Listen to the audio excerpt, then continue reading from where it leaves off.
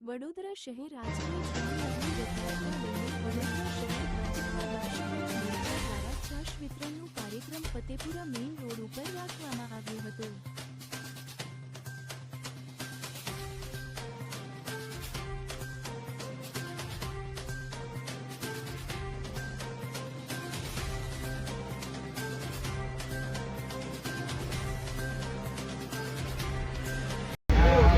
ભારત દેશની અંદર હિન્દુ ધર્મનું જે પ્રતીક કહેવાય છે ભગવાન શ્રી રામ, તેમનો આજે રામલલ્લાનો જન્મદિવસ છે।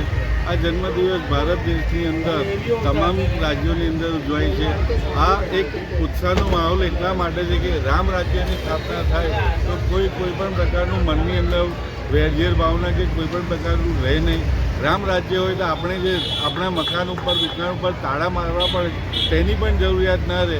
એટલે હું સૌ ભારતીય નાગરિકોને, વડોદરાવાસીઓને વિનંતી કરું કે આપણું શહેર પણ એક રામ રાજ્ય તરીકે સ્થપાય એવા પ્રયત્ન કરીએ અને ભાઈચારાથી રહીએ કે જેથી કરીને આવનારી પેઢી પણ આપણી સુખરૂપ સંપન્ન થઈને રહે।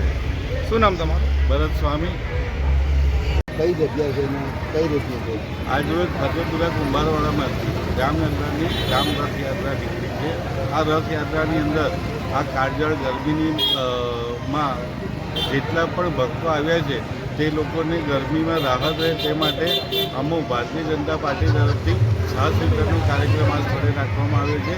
આજે ભારતીય જનતા પાર્ટીનો 46મો સ્થાપના દિવસ પણ છે। આજે છાશ વિતરણનો કાર્યક્રમ રાખ્યો છે, તેમાં કેટલાક લોકોએ લાભ લીધો છે? અત્યાર સુધી શરૂઆત કરી છે, પણ અમારી ગણતરી ઓછામાં ઓછી 500થી 750 લોકોને આ છાશ પહોંચી રહે એ રીતનો અમારો પ્રયત્ન છે। તમારા ગ્રુપનું નામ શું? અમે બક્ષીબંધ મોરચો ભારતીય જનતા પાર્ટી વડોદરા મહાનગરના કાર્યકર્તાઓ છીએ અને અમે ભારતીય જનતા પાર્ટીના સ્થાપના દિન નિમિત્તે આજે આ કાર્યક્રમ યોજવામાં આવે છે।